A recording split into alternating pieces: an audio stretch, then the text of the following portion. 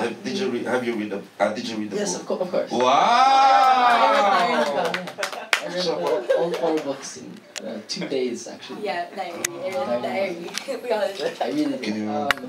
But after I read the book, even the script, I was so excited to play the character of Top because his character is so strong, and it was really going to test my acting ability, and I was really excited to do something I've never tried.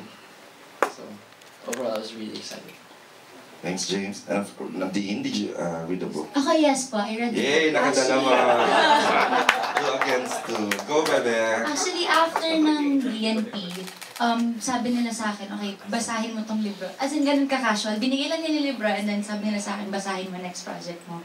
Then I read it. Habang nagpo-promote po kami ng DNP sa Visayas, sa airplane, binabasa ko na siya. And it was really good.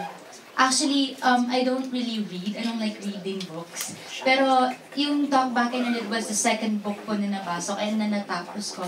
It was really nice. Actually, umiyak ako dun sa last part. Yeah, so yun, airplane. The one, basta yun.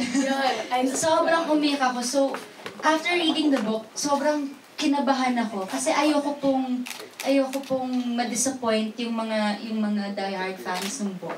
Ayokong maka-disappoint. But then, you're really confident naman po. Okay.